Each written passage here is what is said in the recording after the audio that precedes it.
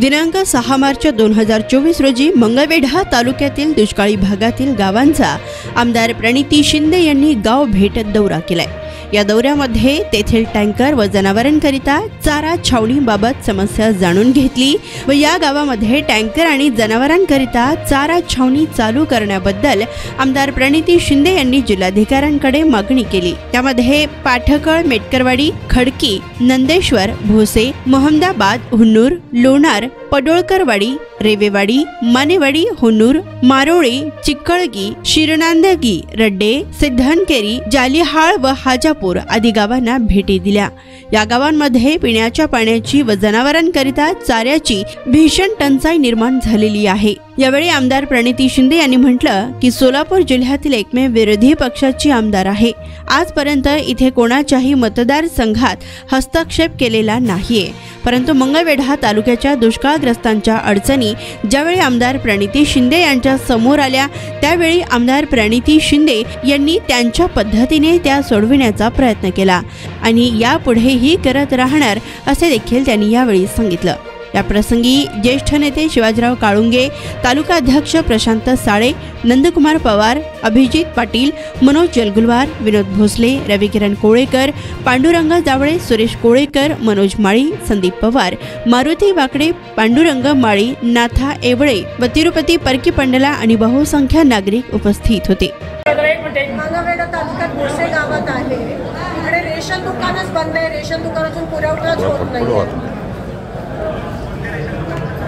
भोसे गाव, मंगळवेढा तालुका, सगळ्यांची तीच तक्रार आहे की इकडे मालच मिळत नाही आहे, पुरवठाच होत नाही आहे लोकांना।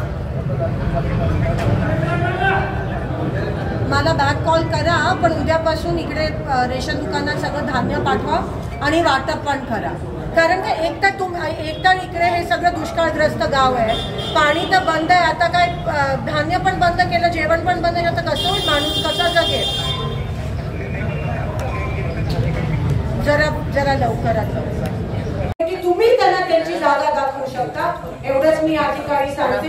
आणि मी कामाला लागले भिवरावला, मी कामाला लागले, चिकाटीने कामाला लागले, तुमचा प्रश्न सोडवल्याशिवाय मी मागे हटणार नाही, एवढंच या ठिकाणी सांगते। तुम्ही सगळे आलात, तुम्ही जमला, तुम्ही ऐकून घेतलं, त्याबद्दल तुमचे मनापासून आभार मानते आणि सांगते धन्यवाद।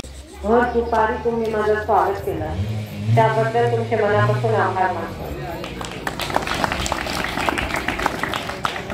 24 गावांचा पाणी प्रश्नाचा जो विषय आहे त्यासाठी मी आज गाव भेट, मला तुमचे सगळ्यांचे सरपंच भेटले होते, पण जोपर्यंत आपण गावात जाऊन वस्तुस्थिती काय बघत नाही तोपर्यंत काम नाही करू शकत। आणि म्हणून माझी जी सवय की डायरेक्ट लोकांमध्ये येऊन भेटणार, म्हणून मी दादांना विनंती केली की आपण 24 गावांचा दौरा काढून लोकांच्या मनाची काय आली अडचण आहे, लोकांना खरं त्रास काय होते तो बघूया।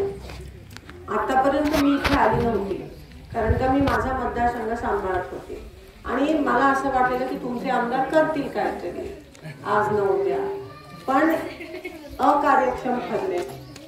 पूर्ण सोलापूर लोकसभा किंवा जिल्ह्यात मी एकमेव विरोधी पक्षाची आमदार आहे, बाकी सगळे भाजपचे किंवा तिकडे ईडीची भीती जाऊन गेलेले। मग ते तर प्रश्न उचलणार नाही, कारण का ते त्यांच्याच लोकांच्या विरोधात कसे बोलतील, म्हणून एकमेव मीच राहिली जी प्रश्न विधानसभेत उठवू शकते आणि जे सरकारच्या विरोधात बोलू शकते। आणि म्हणून मी ठरवलं की मतदारसंघ कोणाचाही असू दे, जर लोक त्रस्त आहेत, जर लोकांना त्रास होतोय, जर माझ्या मानेवाडीत लोकांना पाणी नसेल मिळत, जनावरांना छावणी आणि चारा नसेल मिळत, तर मग मी बोलणार। आणि फक्त मानेवाडीचा विषय नाही, महाराष्ट्रात कुठेही जर असा त्रास होत असेल तर मी बोलते विधानसभेत। आणि त्यांच्या नाकावर टिचून मी एकमेव जी आम्ही 3-4 महिलाच आहोत ऍक्च्युली विधानसभेत जे बीजेपीच्या विरोधात बोलतो, कारण का मला ईडीबीडीची भीती नाही आहे, माझ्याकडे काही कारखाना नाही, सोसायटी नाही, काय नाही, म्हणून ते मला काय करू शकत नाही, म्हणून मी बेधडक त्यांच्या विरोधात बोलतो।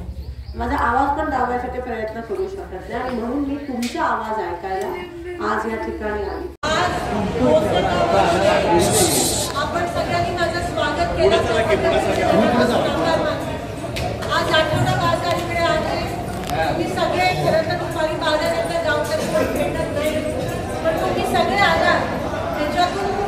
दिसून येतं, कळून येतं की भावना किती तीव्र आहे. आपल्याला पाणी मिळत नाही, छावण्या मिळत नाही जनावरांना, आपल्या इथे पाण्याची योजना अजून झाली नाही, याचा त्रास अजून किती वर्ष सहन करायचा, हा सगळ्यांच्या मनात प्रश्न आहे.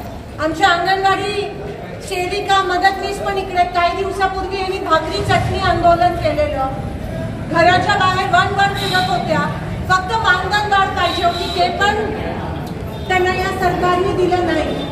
आज मी तुमच्या इथे का आली मी तुम्हाला सांगते. मी तुमच्याकडून काय मागायला आली नाहीये किंवा मी तुम्हाला काही सांगायला आली नाहीये. मी तुम्हाला एवढंच शब्द द्यायला आले, वचन द्यायला आले की मी तुमच्या पाठीशी आहे, मी तुमच्या सोबत आहे. काही दिवसापूर्वी तुमचे सगळे 24 गावाचे सरपंच मला भेटले होते आणि या 24 गावाचा जो ज्वलंत सिंचनाचा जो प्रश्न आहे तो माझ्यापर्यंत आणला होता. आता गंमत अशी की पूर्ण सोलापूर जिल्ह्यामध्ये विरोधी पक्षाची आमदार मी एकटीच आहे, बाकी सगळे सत्ताधारी आहेत आणि सत्ताधारी बोलत नाहीत. कारण का ते बोलले की लगेच त्यांना सांगतात गप्पा बसा, सरकारच्या विरोधात बोलू नका. पण मला कसली भीती, माझ्याकडे कारखाने वगैरे काय नाहीये, मला ईडी येत नाही माझ्या मागे, मला कसली भीती. मी बोलणार म्हणजे बोलणार शासनाच्या विरोधात. आणि इकडे जर लोक तहानलेली असतील, मग महाराष्ट्रातला कोणताही जिल्हा असू दे, तर मी बोलणारच. आणि एकदा मला विषय दिला दादा की माझा जिल्हा असतो, माझी चिकाटी आहे की एकदा मला विषय दिला की तुमच्यापेक्षा जास्त मी लढून तो विषय मार्गी लागेल. हा माझा स्वभाव आहे. आता त्याचा फायदा कसा करून घ्यायचा आहे तुमच्याकडे. आणि म्हणून मी मंगळवेढ्याचा 24 गावाचा जो पाण्याचा प्रश्न आहे, आता मी हात घातला, आता मी मागे वळून बघू शकणार नाही. आता मी तो विषय हक्काने, आपल्या हक्काचं पाणी आहे तो मी सोडून घेणार म्हणजे घेणार. मला तुमच्याकडून एकच पाहिजे, माझ्या डोक्यावर छडी धरा. आशीर्वाद मागत नाहीये, छडी.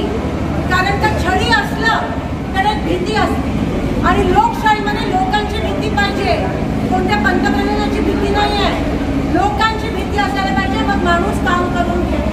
एवढं मी तुम्हाला विनंती करते की माझ्यावर रागवा, नाराज व्हा, पण माझ्याकडून हक्काने काम करून घ्या. आणि हा विषय मतदानाचा नाही, पण गावाची जे काही अडीअडचणी आहेत त्या मांडल्या. अगदी एकदम बाहेर टाकलेलं असं हे गाव आहे, एकदम पलीकडे, एकदम दुष्काळग्रस्त आहे, टोकाला आहे आणि खूप वंचित, जसं तुम्ही म्हणाला, सगळ्या सुविधांपासून वंचित राहिलेलं हे गाव आहे. आणि आज मी इथे आली कारण का काही दिवसापूर्वी या 24 गावाचा प्रश्न तुमच्या सगळ्या सरपंच जे आहेत त्यांनी मला मांडलेला, माझ्याकडे येऊन मांडला होता. आणि त्यामुळे मी विधानसभेत हा प्रश्न मांडू शकली की 24 गावाचा जो मंगळवेढा तालुक्याचा जो विषय आहे तो एवढा तीव्र आहे, तुमच्या भावना पण तीव्र आहेत, पण दुर्लक्षित होत आहे. खरं तर सोलापूर जिल्ह्यामध्ये मी एकमेव विरोधी पक्षाची आमदार आहे, बाकीचे आमदार बोलतच नाही, कारण का त्यांच्या सरकारबद्दल कसं बोलणार म्हणून मी बिनधास्त बोलते. आणि माझ्या मागे काही ईडी काय नाही, कारण का माझ्याकडे कारखाने सोसायटी आहे. म्हणून जिथे लोकांवर अन्याय होतो तिथे मी बोलणारच, नाहीतर सत्तेत राहून आमदार राहून उपयोग काय. आणि म्हणून जरी माझ्या मतदारसंघातला नसला, मंगळवेढा तालुका असला, सोलापूर लोकसभा असेल किंवा महाराष्ट्रात कुठेही जर लोक त्रस्त असतील तर आजपर्यंत मी ते विषय विधानसभेमध्ये मांडले. आणि मी तुमचा विषय मांडला, 24 गावांचा विषय मांडला त्या ठिकाणी की इथे दुष्काळ एवढ्या मोठ्या प्रमाणात आहे, उपसा सिंचन योजना झाली पाहिजे, छावण्या मिळाल्या पाहिजे, टँकर मिळाले पाहिजे. पण तिकडे आपला लढा विधानसभेत मांडून संपत नाही, त्याच्या पुढे पण आपल्याला हा लढा चालू ठेवायचा. आणि मी तुम्हाला आज त्यासाठी आली की मला तुमच्याकडून जाणून घ्यायचं होतं की काय काय अडचणी आहेत आणि खास करून मंगळवारच्या काय काय अडचणी आहेत. आणि तुम्हाला शब्द द्यायला आली की मी तुमच्या सोबत आहे. एकदा कोणत्याही गोष्टीत मी हात घातला विषयात तर माझी जिद्द असते आणि चिकाटी असते, मग मी विसरत नाही तो विषय. आणि जोपर्यंत तो विषय मार्गी लागत नाही, सुटत नाही, तोपर्यंत आता ह्या विषयात मी लक्ष घालणार आहे. इकडे आपण तुम्ही सगळे उपस्थित, दुपारची वेळ असून सुद्धा आलात त्याबद्दल पहिले प्रथम तुमचे मनापासून आभार मानतो। मी प्रणिती शिंदे, मी आमदार आहे सोलापूर शहर मध्य आणि शिंदे साहेबांची मुलगी। मी मंगळवेढ्याला खूपदा आले आहे, पण ह्या गावात मी पहिल्यांदा येत आहे आणि तुम्ही दुपारची वेळ असून सुद्धा माझं स्वागत केलं, त्याबद्दल धन्यवाद। पण तुम्हाला माहिती आहे की काही दिवसापूर्वी मला तुमचे जे सरपंच आहेत सगळे आणि आमचे काँग्रेसचे जे नेतेगण आहेत मंगळवेढ्याचे, त्यांनी मला मिळून एक निवेदन दिलेलं की 24 गावांचा जो पाण्याचा प्रश्न आहे, दुष्काळाचा प्रश्न आहे, छावणीचा प्रश्न आहे, तो इथे कोणी मांडत नव्हतं व्यवस्थितरित्या। आणि दादा असं झालं की पूर्ण सोलापूर जिल्ह्यात सगळे सत्ताधारी आमदार आहेत, फक्त मीच एक विरोधी पक्षाची आमदार आहे। सत्ताधारी आमदार असल्यामुळे ते मागणी मांडायला घाबरतात, कारण का त्यांच्यावर हुकुमशाही आहे। पण मी काय घाबरत नाही, मला काही ईडीबीडीची भीती नाही ना, माझ्याकडे कारखाने ना सोसायटी आहे आणि म्हणून मी बिनधास्तपणे मानते। ज्या दिवशी माझ्या हातात तो अर्ज आला त्या दिवशी मी ठरवलं की आपल्याला मंगळवेढ्याचा 24 गावांचा पाण्याचा प्रश्न असेल, सिंचनाचा प्रश्न असेल, तो मांडायचा। नाही तर माझा स्वभाव काय आहे की हा मतदारसंघ ज्याचा आहे त्याच्यात मी कशाला दखल देऊ, त्यांनी त्यांचं काम सांभाळ, मी माझा मतदारसंघ सांभाळेन। गेले 3 टर्म मला माझ्या लोकांनी निवडून दिलं, तर तिथे मी प्रश्न मांडते, कारण का माझ्याकडे कामाशिवाय दुसरं काय नाही आहे। कामाच्या आधारावरच मी आजपर्यंत इलेक्शन माझ्या मतदारसंघात लढवलं आणि कुन्नूर गावाला भगिनींनो, मातांनो आणि सर्व वडीलधारी मंडळी आणि लोकांची अडीअडचण ऐकून घेण्याचा हा समय आहे, कारण का 24 आणि 35, 24 आणि 11 असे 35 गावाचा विषय जो मी विधानसभेत मांडला परवा, तुमच्या अडीअडचणी ऐकण्यासाठी आज मी इथे आली होती। पीक विम्याचा ऐरणीवर आलेला प्रश्न आहे, पाण्याचा आहे, जनावरांच्या छावणीचा प्रश्न आहे। असं असताना निवडणूक मध्ये आणणं किंवा मतं मागायला येणं हे मला कुठेतरी योग्य वाटत नाही। कामकाजात लक्ष दिलं नव्हतं, कारण का आम्ही आमदार आमचं क्षेत्र बघतो आणि दुसऱ्यांच्या हातात आमचं काय काम आहे असं एक आदर सन्मान म्हणून आपण दुसऱ्या ह्याच्यात पडत नव्हतो। पण काही दिवसापूर्वी तुम्ही सगळे सरपंच मला भेटलात आणि मला हा विषय दिलात आणि नेमकं माझा असा सवय की कोणताही विषय माझ्यापाशी आला तर तुम्ही जिद्दीने चिकाटीने नाकावर टिचून तो करत असते, मग एकदा त्या विषयात पडली तर मी मागे हटत नाही। आणि दुसरी गोष्ट अशी की सोलापूर जिल्ह्यात, पूर्ण सोलापूर जिल्ह्यात विरोधी पक्षाची म्हणजे काँग्रेस पक्षाची आमदार मी एकटीच आहे, म्हणून जर लोकांचे अडीअडचणीचे प्रश्न असतील तर ते लोक तर मानणार नाहीत, कारण का ते सत्ताधारी आहेत, म्हणून त्यांच्याच मिनिस्टरच्या विरोधात ते कसं बोलतील, त्यांच्याच नेत्यांच्या विरोधात ते कसे बोलतील, म्हणून ते मांडत नाहीत विषय, मलाच मांडावे लागतात। आणि म्हणून मी जिद्दीने तो विषय परवा विधानसभेत मांडला। पण दुसरी बाजू ही आहे की आजकाल विधानसभेत विषय मांडून पण कामं होत नाहीत, कारण का मंत्री सगळे निगरगट्ट झाले, सत्तेसाठी रात्रंदिवस हालचाल करतील, पण एकदा सत्तेत आल्यानंतर लोकांचे जे प्रश्न आहेत ते सोडवण्यासाठी रात्रंदिवस हे एक करत नाहीत। हे फक्त 50 खोके मिळवण्यासाठी रात्रंदिवस एक करतील, पण लोकांना साधे छावणीची बिलं पण निघाली नाहीयेत अजून। आमच्या अंगणवाडी सेविकांचे 500 रुपये वाढ होत नाहीये, ज्यांचे डूल अडकले त्यांना पण 500 रुपये मिळत नाहीयेत। अशा ज्यांना आपण मायबाप सरकार म्हणतो ते मायबाप फक्त 2-3 करोडपतींचा मायबाप आहे, तुमचं मायबाप ते सरकार राहिलं नाही। आणि मला ह्या गोष्टीचं वाईट वाटतं की गेले 10 वर्ष, मागचे 10 वर्ष तुम्ही बीजेपीला मतदान केलं, काही लोकांनी, तुम्ही नाही काही लोकांनी, पण त्यांचे खासदार इतके अकार्यक्षम ठरले की त्यांना प्रत्येक वेळेस खासदार बदलावा लागला। ह्या वेळेस पण मागच्या दोघांना माहित नाही तिकीट मिळतात, त्यांचं त्यांना, मला माहित नाही, मी आपलं म्हणते। पण आता लोकांना कळून चुकलंय तुलना केल्यावर की काँग्रेस जेव्हा होतं तेव्हा कमीत कमी चारा छावणी असेल, बिलं असतील, लोड शेडिंग असेल, तुमचे डूल संजय गांधी निराधारचे पैसे असतील, हे सगळं वेळेवर तरी मिळत होतं, कमी काळांना पण वेळेवर मिळत होतं, महागाई एवढी वाढली नव्हती, रोजगार मिळत होते आणि सगळ्यांना वाटलं की हे लोक आल्यावर सगळं होईल। खरं तर त्यांची 10 वर्ष सत्ता फक्त महाराष्ट्रातच नाही, दिल्लीत पण कोट्यावधी घोषणा करतात पैशांची, पण आपल्यापर्यंत काहीच पोहोचत नाही।